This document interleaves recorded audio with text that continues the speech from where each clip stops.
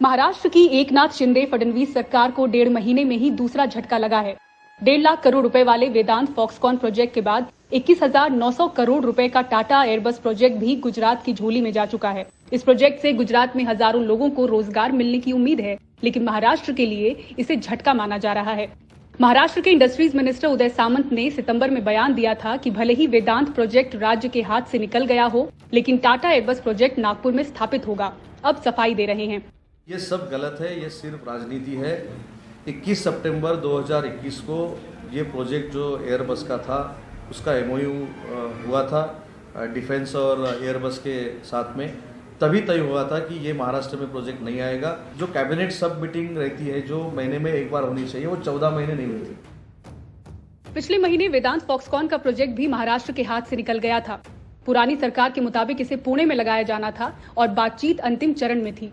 युवा सेना प्रमुख आदित्य ठाकरे शिंदे फडणवीस पर जमकर बरसे।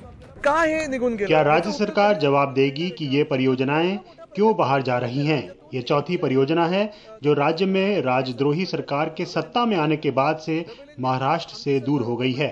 उद्धव ठाकरे जी के नेतृत्व वाली पिछली MVA सरकार महामारी के दौरान भी राज्य में निवेश लाने में कामयाब रही थी, लेकिन ये सरकार ऐसा करने में विफल रही है।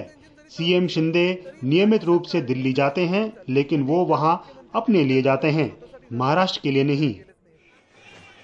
प्रधानमंत्री नरेंद्र मोदी रविवार को गुजरात के वडोदरा में टाटा एयरबस के प्रोजेक्ट की आधारशिला रखेंगे। इस प्लांट में C-295 ट्रांसपोर्ट एयरक्राफ्ट बनाए जाएंगे। प्रोजेक्ट 21,900 करोड़ का है। इस परियोजना के तहत पहली बार कोई प्राइवेट कंपनी देश में मिलिट्री एयरक्राफ्ट बनाने जा रही है। विमान का इस्तेमाल सिविल कामों उद्देश्यों के लिए भी किया जा सकता है। समझौते के तहत एयरबस 4 साल के भीतर स्पेन में अपनी अंतिम असेंबली लाइन से 16 विमानों की आपूर्ति करेगी। इसके बाद 40 विमान भारत में ही बनाए जाएंगे। एयरक्राफ्ट में 96% स्वदेशी कलपुर्जे लगाए जाएंगे। इसके लिए टाटा की अगुवाई में वडोदरा में प्लांट लग रहा है। एयरफोर्स को 56 ऐसे एयरक्राफ्ट देने के लिए टाटा ने एयरबस डिफेंस एंड प्रोजेक्ट के साथ हाथ मिलाया है। ऐसा पहली बार है जब यूरोप से बाहर ऐसे ट्रांसपोर्ट एयरक्राफ्ट बनाए जाएंगे। ये विमान पुराने पड़ चुके एवरो विमान की जगह लेंगे। वायुसेना के लिए बनने वाले ट्रांसपोर्ट एयरक्राफ्ट C-295 का प्लांट आखिर गुजरात में क्यों लगाया जा रहा है? क्या इसकी वजह गुजरात में जल्द होने वाला विधानसभा चुनाव है? जब यही सवाल NDTV इंडिया ने रक्षा सचिव अजय कुमार से पूछा तो वो सीधे जवाब देने से बचे। उन्होंने कहा कि इसका गुजरात चुनाव से कोई लेना देना नहीं है, इससे ज्यादा और कुछ नहीं बोल सकता।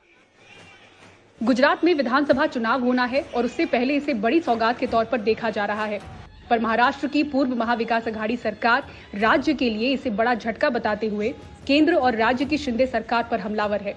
दिल्ली से राजीव रंजन के साथ पूजा भारद्वाज, NDTV इंडिया।